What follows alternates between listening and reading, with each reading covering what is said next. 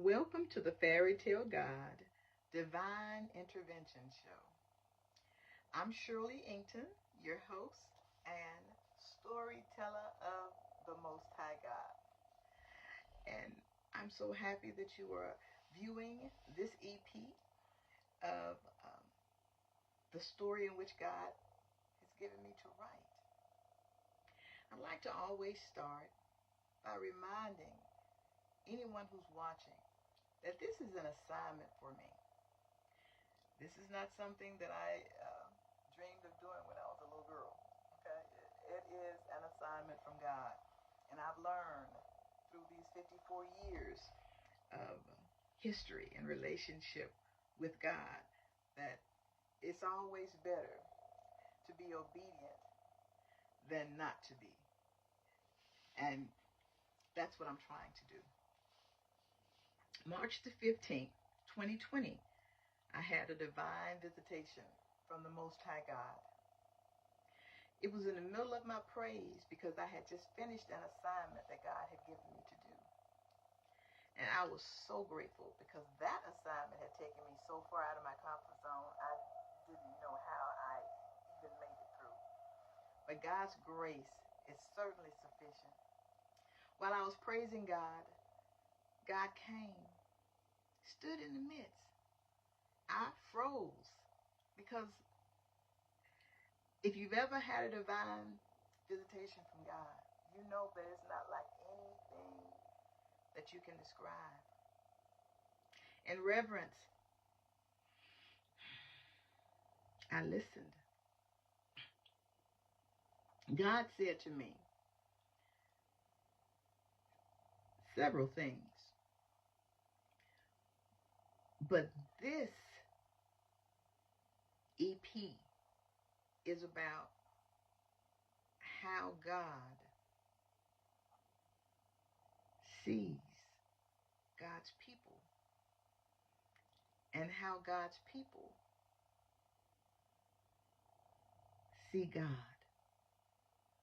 God said that his people see him as a fairy tale because of the way that God's people behave. We say one thing, but we live another way. Therefore, God says that their words dissipate once they're spoken. God also told me that my life could be likened to that of a fairy tale. Then he said, through your life, I will show them what a fairy tale God can do. Those words will forever be in my mind and in my heart. And therefore, I am here this evening sharing with you what thus says the Lord. In the last video, I got to the point where I was about to tell you how I answered my sister, and I ran out of time. So the answer was yes. I would support her in the organization she was a member of, and I was hoping everything would work out beautifully in their efforts. Now, during this competition, I found it very strange that I was given a question that was so different from any question I had anticipated, and very different from the questions that the other contestants got. So I know it was a God move. You know, we just can't outthink God. We cannot. And when it was posed to me, I really had to think about it. Now, this was my question. Do you think women would be better leaders in the United States than men? Or they may have said the world. But I know we were dealing with the United States. And I stopped And I paused and I said to myself, what kind of question was that? Oh my goodness. So I opened my mouth and I repeated the question and I said, yes, I believe women would be better leaders because women are compassionate. Women can agree to disagree. And women don't have the need to try to outflex anyone. And then my mind was taken to Liz. Oh, she was doing such a wonderful job on that January 6th committee. And I was so proud of her, although she was a Republican. To me, that didn't mean anything. To me, she had balls.